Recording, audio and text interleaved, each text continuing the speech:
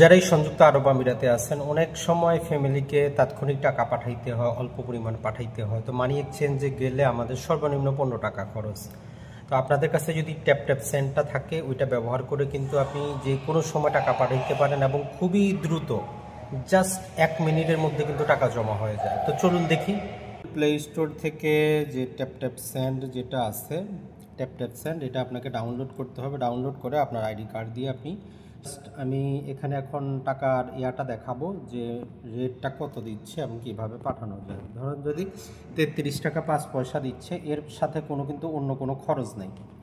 Normally যদি আমরা মানি এক্সচেঞ্জের ক্ষেত্রে যাই, এটার সাথে সাথে আরও খরচ হবে। তো জাস্ট এখানে আমরা যে 100 দিরহাম যদি দেই, মোটামুটি 3500 টাকা।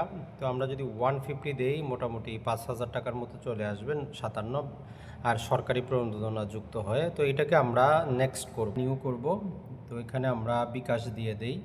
তো এখানে একটা ফোন নাম্বার যুক্ত করে দিই আমরা, যে নাম্বারে আমরা পাঠাচ্ছি আপনিও পাঠাইতে পারবেন, 0185827702470।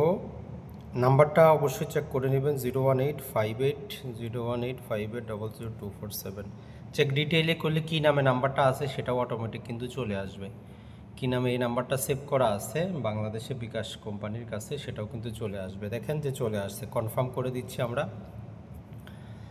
এই কনফার্ম করে দেওয়ার পর দেখেন এখন আমরা খুব সহজে কিন্তু টাকা পাঠাইতে পারবো। তো এখানে দেখাচ্ছে আমার 4957 টাকা পাবে, 2.5% যাওয়া ব্যতীত।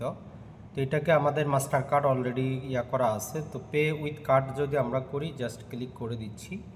তো ক্লিক করে দেওয়ার পরেই কিন্তু টাকাটা চলে যাবে। দেখেন আর কিছু করতে হবে না।